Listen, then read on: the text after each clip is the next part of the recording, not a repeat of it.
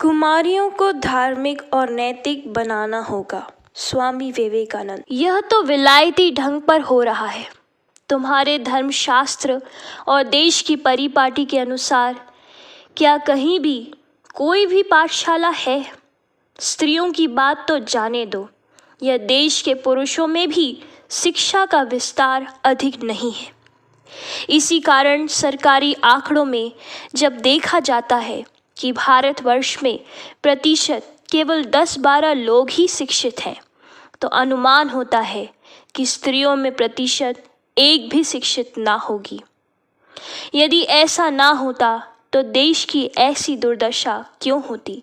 शिक्षा का विस्तार तथा ज्ञान का उन्मेघ हुए बिना देश की उन्नति कैसे होगी?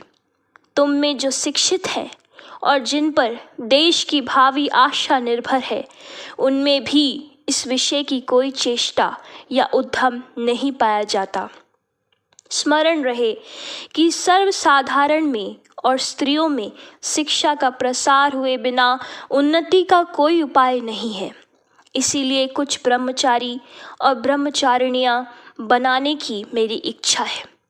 ब्रह्मचारी समय पर संन्यास लेकर प्रांत प्रांत में, गांव गांव में जाएंगे और जन समुदाय में शिक्षा का प्रसार करने का प्रबंध करेंगे, और ब्रह्मचारिणियां स्त्रियों में विद्या का प्रसार करेंगी। परंतु यह सब काम अपने देश के ढंग पर होना चाहिए।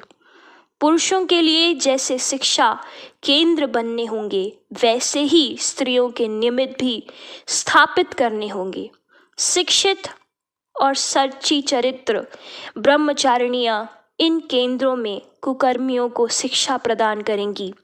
पुराण, इतिहास, गृह कार्य, शिल्प, गृहस्थी के सारे नियम आदि वर्तमान विज्ञान की सहायता से सिखाने होंगे तथा आदर्श चरित्र गठन करने के लिए उपयुक्त आचरण की भी शिक्षा देनी होगी।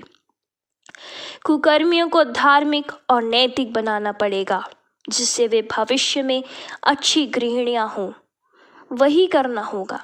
इन कन्याओं में जो संतान उत्पन्न होंगी, वह इन विषयों में और भी उन्नति कर सकेंगी। जिनकी माताएं शिक्षित और नीति परायण हैं, उनके ही घर में बड़े लोग जन्म लेते हैं। वर्तमान समय में तो स्त्रियों को काम करने का यंत्र सा बना रखा है। राम राम, तुम्हारी शिक्षा का क्या यही फल होगा?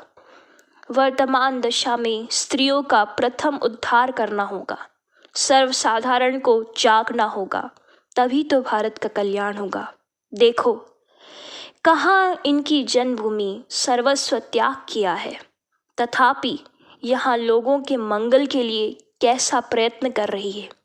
स्त्री के अतिरिक्त और कौन छात्राओं को ऐसा निपुण कर सकता है?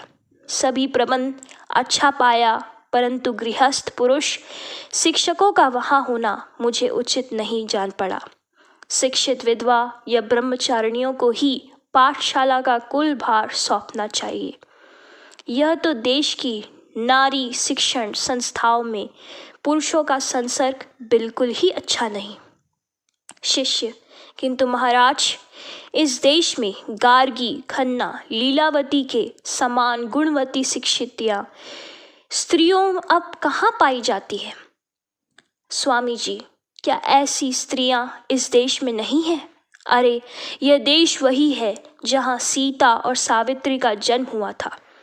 पुण्य क्षेत्र भारत में अभी तक स्त्रियों में जैसा चरित्र, सेवा भाव, स्नेह, दया, तुष्टि और भक्ति पाई जाती है, पृथ्वी पर और कहीं भी नहीं पाई जाती। पाश्चात्य देशों में स्त्रियों को देखने पर कुछ समय तक यह पता ही नहीं चलता कि वे स्त्रियां हैं। देखने में वे ठीक पुरुषों के समान ही थीं। ट्राम गाड़ी चलाती हैं, दफ्तर जाती हैं, स्कूल जाती हैं, प्रोफेसरी करती हैं। एकमात्र भारत में ही स्त्रियां लज्जा, विनय इत्यादि देखकर नेत्रों को शांति मिलती है। ऐसे योग्य आधार के प्रस्तुत होने पर भी तुम उनकी उन्नति ना कर सके। इनको ज्ञान रूपी ज्योति दिखाने का कोई प्रबंध नहीं किया गया। उचित रीति से शिक्षा पाने पर ये आदर्श स्त्रियां बन सकती हैं।